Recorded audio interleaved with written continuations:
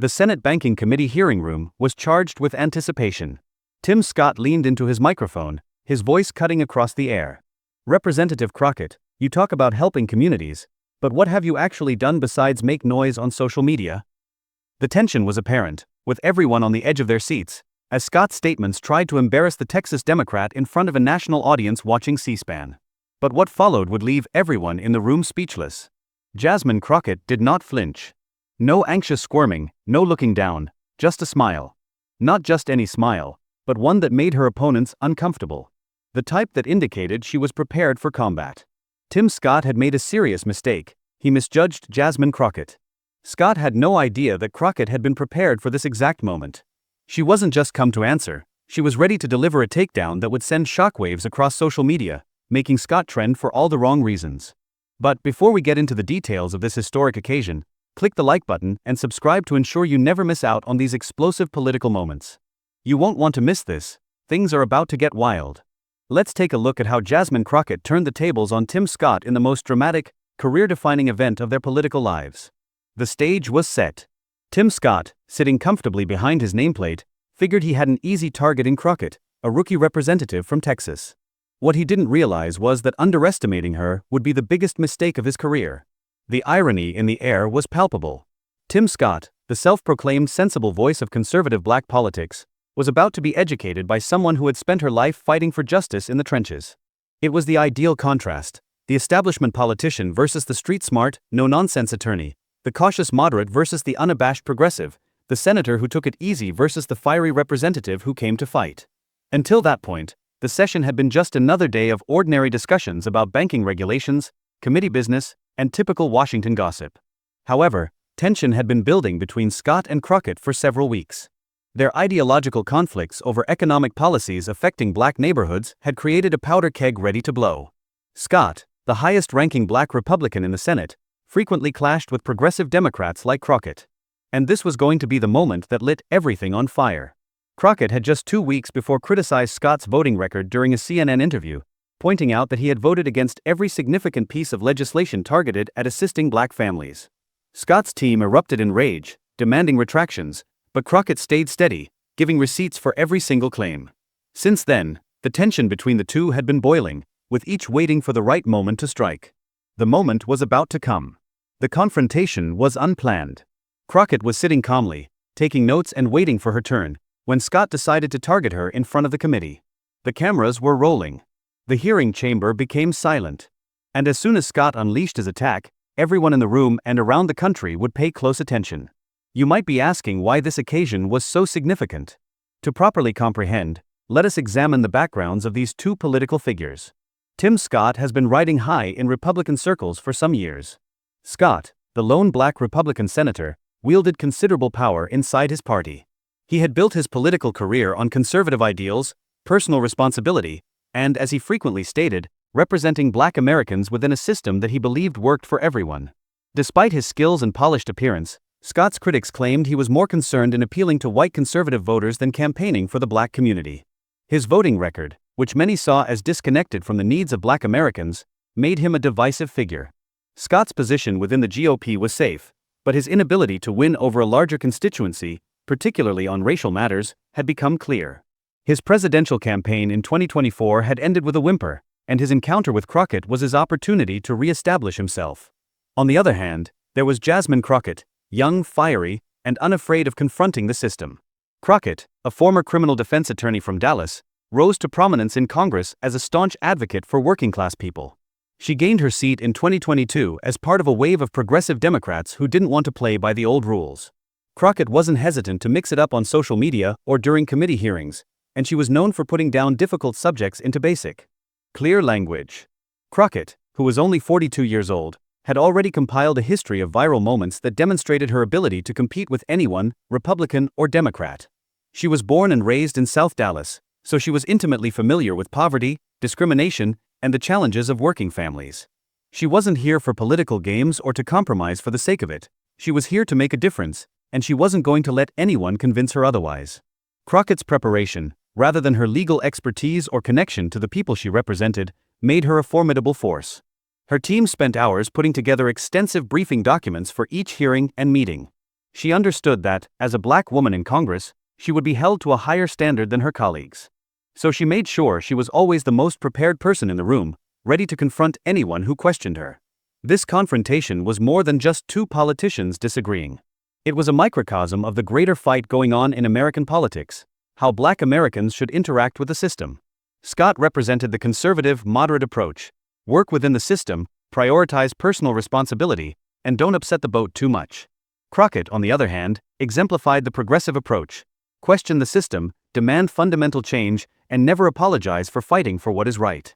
The committee room was full. Lobbyists, reporters, and staffers all sensed that something momentous was about to happen. Scott, a veteran of the Senate, saw this as an easy victory. He assumed he'd attack Crockett, demonstrate his conservative credentials, and leave with a few viral moments that would appeal to his supporters. But Crockett had a different goal. She was not there to be lectured or undermined. Then it occurred. Scott switched his attention to Crockett while discussing community development banking institutions. "Do you know Representative Crockett?" he added, his tone condescending.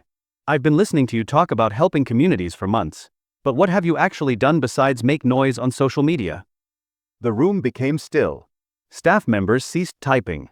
Reporters looked up. It was a strong, unexpected attack that was both personal and political.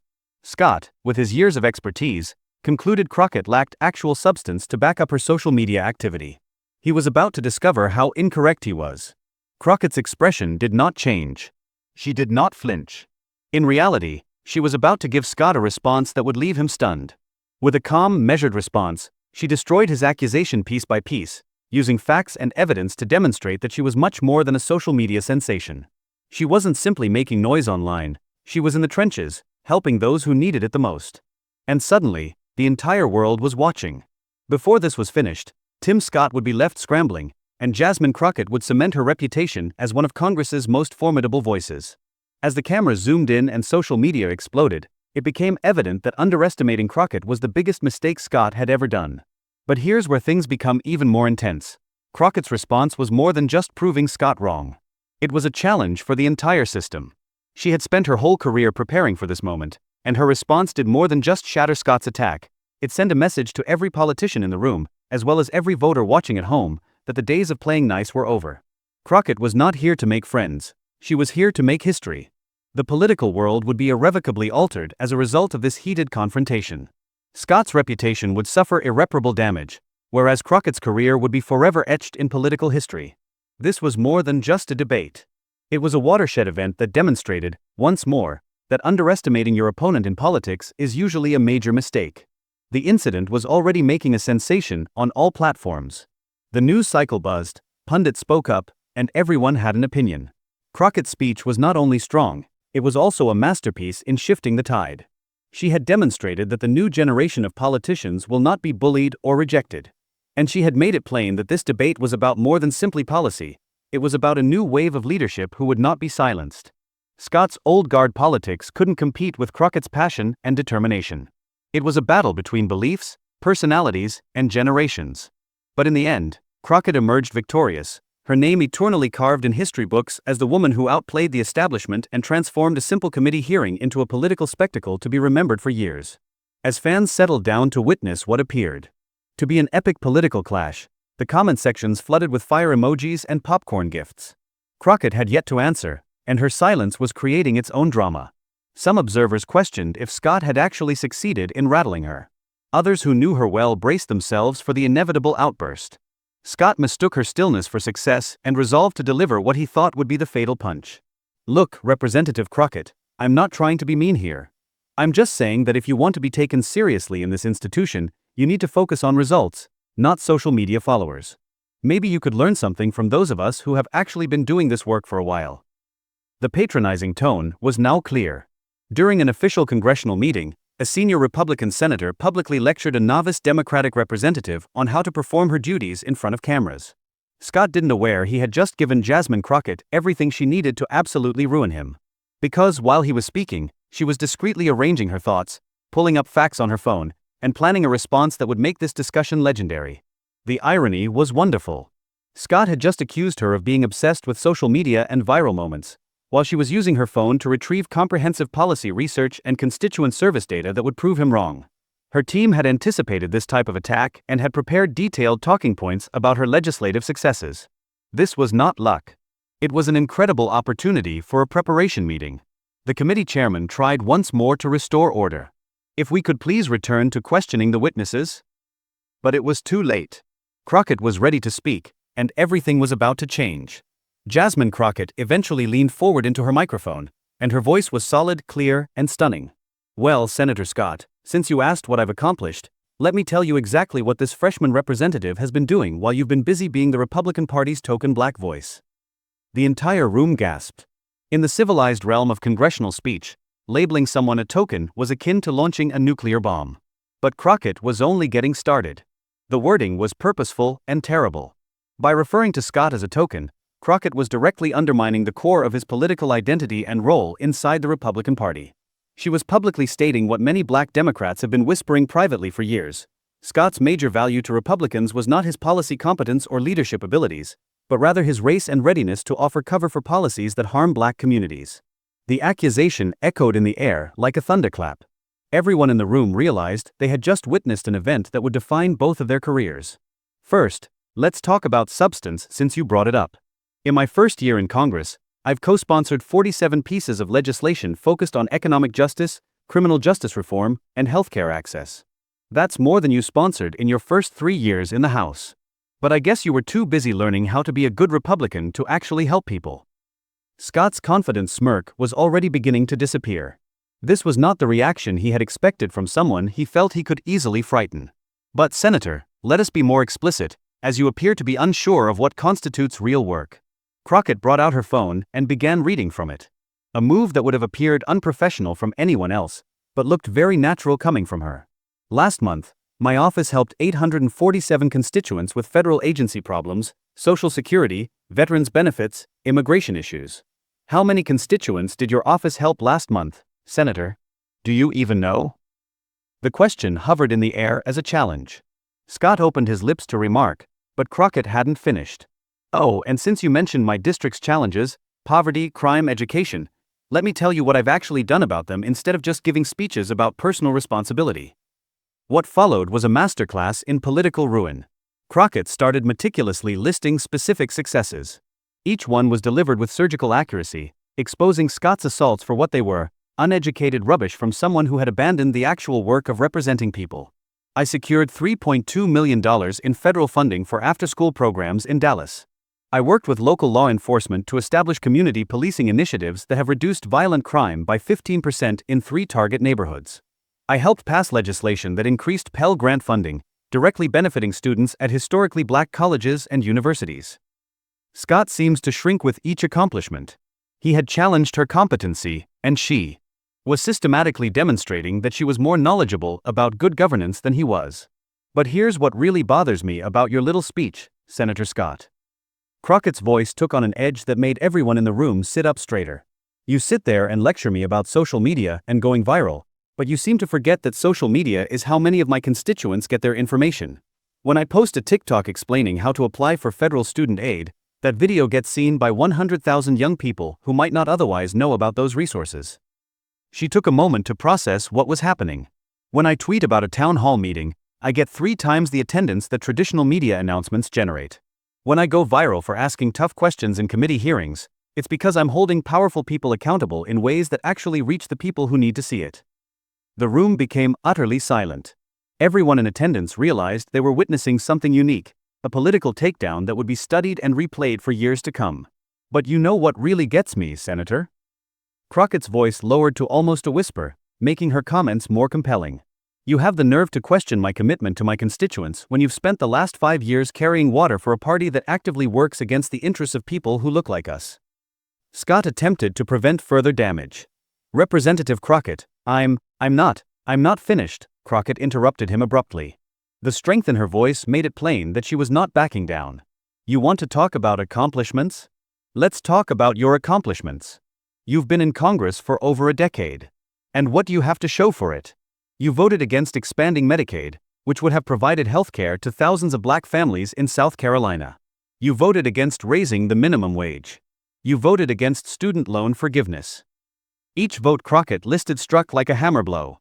She was gradually undermining Scott's credibility as someone who claimed to represent black interests while constantly voting against initiatives that benefited black communities.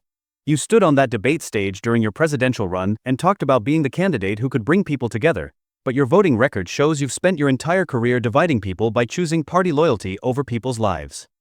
Scott's face had turned crimson, and he was plainly agitated and looking for a way to retaliate. But Crockett had perfect command of the situation.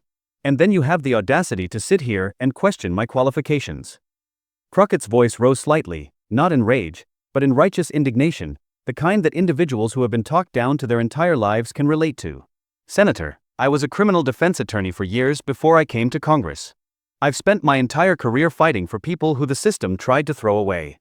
I've stood in courtrooms defending people's constitutional rights while you were voting to confirm judges who would take those rights away. Personal contrast was terrible. While Scott rose through the political ranks by appealing to conservative white voters, Crockett spent her entire career fighting for justice in the trenches. So when you ask me what I've accomplished, here's what I've accomplished. I've never forgotten where I came from. I've never sold out my community for political gain. And I've never been so desperate for acceptance from people who don't respect me that I'd throw my own people under the bus. The final strike was executed with such precision that several people in the audience gasped. Crockett had just accused Tim Scott on Live of selling out his own town for political gain. Scott eventually managed to speak, his voice trembling from fury and shame. Representative Crockett, that is completely inappropriate. What's inappropriate, Senator? Crockett answered. Is a black man in your position using Republican talking points to attack a black woman who's actually doing the work? What's inappropriate is you questioning my qualifications when you've never bothered to learn what I actually do. What's inappropriate is this entire performance you just put on. Crockett slumped back in her chair, having provided such a comprehensive and damning response that Scott was dumbfounded. The room was hushed for several seconds as everyone pondered what they had just watched.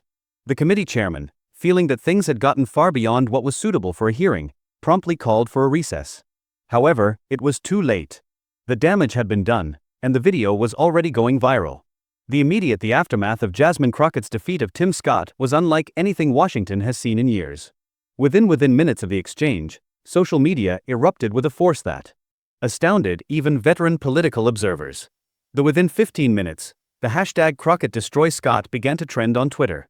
The original C-SPAN footage was shared thousands of times in the first hour with political commentators, activists, and ordinary folks all they were weighing in on what they had just witnessed. Progressive Twitter was totally on fire. Alexandria Ocasio-Cortez tweeted, "This is what happens when you underestimate someone who actually performs the work at Jasmine." The United States just gave a masterclass in how to respond to bad faith attacks. The tweet received over 200,000 likes in 2 hours. The Shade Room released a clip with the title, "Anti-Jasmine Stated, Not Today," which went popular on Instagram, bringing Crockett's takedown to a whole new audience of young black social media users, who may not ordinarily pay. TikTok was flooded with reaction videos from congressional hearings, and young black women in particular welcomed it. Crockett's response, with many creating videos explaining just why her reappearance was so effective. One TikTok the user explained, she didn't simply protect herself, she exposed his entire strategy. That is how you deal with someone who is trying to. Conservative social media was noticeably quieter, with many Republican influencers just pretending there was no interaction, and those who did remark tended to attack Crockett's tone rather than engaging with the substance of her remark, which only made it more clear that she had won the exchange decisively. CNN covered the entire exchange under the headline Democratic. MSNBC's Joy Reid provides a stinging response to the GOP senator's attack.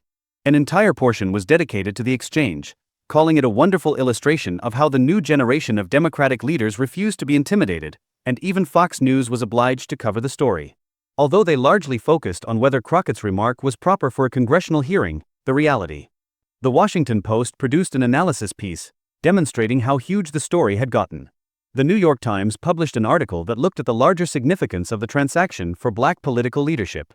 Crockett's profile noted her emergence as a forceful advocate for a new generation of progressive Democrats. Political podcasts couldn't get enough of the tale. Pod Save America dedicated an entire show to the exchange. Hosts Jon Favreau and Dan Pfeiffer described it as one of the most successful political replies they had ever seen. Conservative podcasts largely disregarded the story, revealing how terrible things had gone for Scott. Tim Scott's team moved into full damage control mode soon after the hearing, His communications director issued a statement saying that the senator regretted that the discussion had become personal and that he respected Representative Crockett's love for her constituents, but the harm had already been done. Scott spoke on Fox News the following evening, attempting to portray the exchange as an example of Democratic animosity and incapacity to have civil. The interview was harshly lambasted by reviewers, who noted that Scott appeared defensive and unprepared. For several conservative commentators who had earlier embraced Scott's assault now question his own voting record. After seeing how thoroughly Crockett had shredded his arguments, they began to distance themselves. One prominent Tim stepped in at big time, said a Republican strategist who spoke anonymously to Politico. You cannot attack someone's qualifications if you haven't researched what they've actually accomplished. Scott had presidential ambitions, which were already on life support after his failed 2024 campaign. We were dealt another. It was a tremendous blow. According to political insiders, the interaction portrayed Scott as someone who could be readily outmaneuvered by a first-term lawmaker, raising concerns about his efficacy as a national leader. For Jasmine Crockett, the exchange was a career-defining moment, establishing her as a key player in Democratic politics. Her office said that they received over 10,000 supportive emails within 24 hours of the exchange, including scores of fellow Congress members. Nancy Pelosi tweeted her approval. Jasmine Crockett symbolizes the best of the new generation of Democratic leaders, prepared, principled, and unafraid to speak truth to power. Fundraising emails using snippets from the exchange raised more than $500. Democratic candidates will be announced in only 2 days. The Democratic Congressional Campaign Committee quickly started featuring Crockett in their promotional materials, seeing that she had become a strong magnet for funders and volunteers. Speaking invites came in from all around the country. Within a week, Crockett had been asked to speak at more than 30 events, ranging from college campuses to Democratic Party fundraisers. Her team needed to hire more employees only to handle media requests. The argument between Scott and Crockett revealed some wider trends in American politics that extended far beyond the two persons. First, it reflected the increasing confidence and skill of the new wave of progressive Democrats. Crockett's response demonstrated that younger Democrats were no longer comfortable with simply absorb Republican insults. They were prepared to respond strongly and successfully. Secondly, it revealed that the Republican Party's tactic of elevating black conservatives like Scott as shields against racism claims has limitations. When Scott Crockett was unable to conceal his identity when he was attacked, she was equally black, equally qualified, and far better ready for the swap. Third, it demonstrated how social media has influenced political communication. Crockett's ability to properly use social media was not considered a liability. As Scott proposed, it was a superpower that she was able to reach out and motivate people in ways that traditional politicians could not match. Political scientists, I immediately began analyzing the exchange as an example of how political discourse was changing. Dr. Melanie Price is professor at Prairie View A&M University, observed, what we saw was a conflict between old-school political. Crockett knew that authenticity is important in the social media world, and preparedness are more important than seniority and civility. In the weeks after the trade, several developments had a long-lasting impact on both politicians' careers. Tim Scott's influence within the Republican Party noticeably reduced. He was pulled from many high-profile speaking engagements, and reports arose that the party leadership was losing faith in his ability to successfully convey their message. His poll, while numbers in South Carolina remained healthy, they experienced their first major fall in years. Dear Jasmine Crockett, meanwhile, he was appointed to several high-profile committees and became a frequent guest on political talk shows. The Democratic leadership is obviously recognized that she had demonstrated her ability to effectively defend the party and its beliefs while under pressure. The exchange also had consequences for the way political assaults were carried out. Several Republican strategists noticed privately, the Crockett-Scott exchange demonstrated the dangers of underestimating younger Democratic candidates, particularly women of color, who have demonstrated their abilities in other areas prior to their election to Congress. Aside from politics, the exchange became cultural, a focal point for discussions about respect, preparation, and standing up to bullies. It was widely distributed. Non-political contexts, many individuals consider it as an example of how to respond effectively when someone attempts to minimize your accomplishments. Young black women embraced Crockett as a role model, with many citing her. This response serves as an example of how to deal with workplace prejudice and contempt. The statement, "I am not finished," which Crockett used to cut off Scott's attempted interruption, has become a popular meme and rallying cry. Educational institutions began to use the exchange as a case study for effective communication and political strategy. Several law schools included it in their courses as an example of how legal training may be efficiently applied. Political situations. After months of reflection, political experts decided that the interaction reflected a watershed moment in the evolution of American political discourse. Jasmine Crockett demonstrated that preparation, authenticity, and strategic thinking could overcome traditional advantages like seniority and institution. Position. For Tim Scott, the exchange was a painful reminder that political attacks can boomerang dramatically if badly planned and executed. His Crockett's attempt to undermine her ended up elevating her while reducing him. But maybe most essential, that the conversation revealed that American politics were shifting. The ancient principles about respecting seniority and being nice discourse were giving way to a more direct, more genuine kind of political communication that connected with voters. I'm tired of political games and meaningless rhetoric. According to one Democratic strategist, Jasmine Crockett did more than just win that interaction. He demonstrated what the future of Democratic politics looks like: prepared, enthusiastic, and brave To fight back. The account of Tim Scott's assault on Jasmine Crockett and her dramatic counterattack will be remembered as a key event in contemporary American politics. Occurred when preparation met chance and the underdog delivered a knockout punch that left her opponent dumbfounded and the nation talking. If you enjoyed this extraordinary political showdown, make sure to like and subscribe so you don't miss out on these wonderful moments. What did you think of how did Jasmine Crockett respond? Please let us know in the comments below. Don't forget to share this with anyone who needs it. See how to deal with political bullies. Hit that notification bell to be the first to know when we drop our next an explosive political story. This story demonstrates that in politics, preparation always takes precedence over position. When you come for someone, make sure you've done your homework first, because if you don't, you might just get the education of a lifetime on live television. Jasmine Crockett did not simply defend herself that day. She presented that the entire country sees what true political leadership looks like in the 21st century. The exchange also functions as perfect reminder that in today's social media age, any political moment may become defining. A well-prepared reaction can transform careers, shift narratives, and motivate millions of people who are tired of watching bullies get away with their ways. Sometimes it only takes one person to stand up and fight. Return with data, preparation, and the bravery to speak truth to power.